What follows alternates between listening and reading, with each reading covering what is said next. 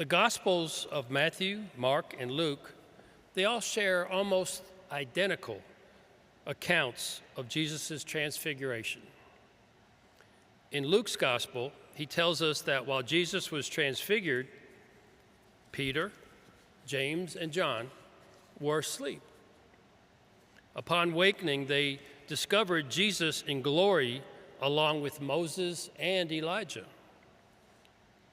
How much do we miss of God's glory and action because we are asleep spiritually? There are many things which can keep our minds asleep, such as an easy life, which can stop us from considering the challenges of following Christ. Even sorrow and troubling times can interfere until we can see past it to the glory of God. In today's gospel, Jesus takes Peter, James, and John up a high mountain, away from the noise of daily life.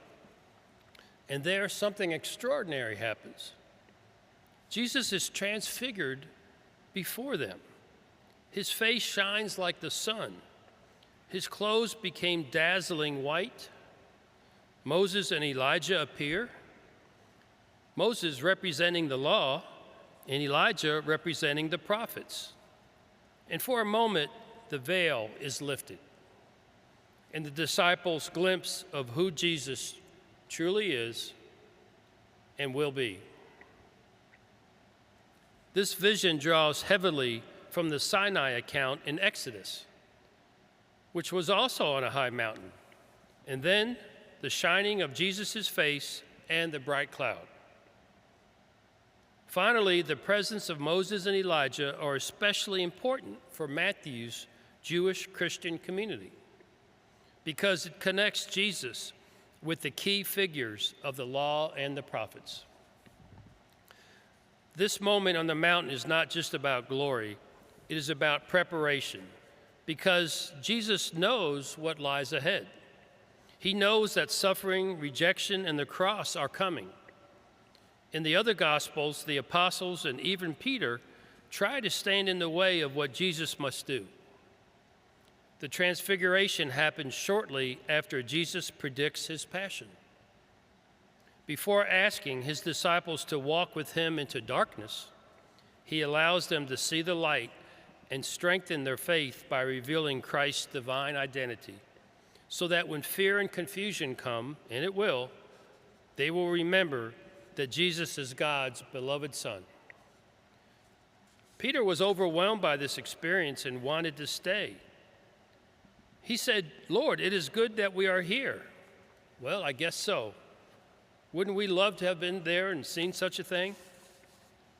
We all long for times when God feels close, and prayer is easy, and faith is clear, and life just makes sense. But Peter's instinct to build tents misses the point. The mountain is not the destination. It is a place to change how we live once we come down from it. Then the voice of the Father speaks, "This is my beloved Son, with whom I am well pleased. Listen to him." These words echo Jesus' baptism, but now they carry urgency. Listen to him, not just when he speaks of glory, but when he speaks of sacrifice, forgiveness, and the cross. Listen to him when he calls us to love our enemies, to take up our cross, to serve rather than be served. When the vision ends, the disciples see no one else but Jesus alone. Moses and Elijah fade away, but Christ remains. This is the heart of the gospel. Our faith is not built on incredible experiences, but on a relationship with Jesus, walking with him in ordinary days, in struggles and uncertainty. As we reflect on this gospel, we might ask ourselves, do we make time to climb the mountain with Jesus to pray and to listen? And when we come back down, do we carry his light into our families, our schools, our workplaces, and in our community? Matthew's description of the Transfiguration allows it to teach us about Jesus' coming passion. Another element connects the scene to God's plan for salvation history. The Transfiguration reminds us that the glory comes through the cross and resurrection follows suffering. If we truly listen to Jesus, even when the path is difficult, we will not walk in darkness forever. At the end of the gospel, Jesus touches the disciples and says, "Rise and do not be afraid." The same gentle command spoken by Jesus over 10 times in the Gospels is spoken to us again today. Whenever fears we carry, whatever valleys we face, Christ goes before us, transfigured in glory and yet walking beside us in love. Listen to him and let us follow him down the mountain and into our world.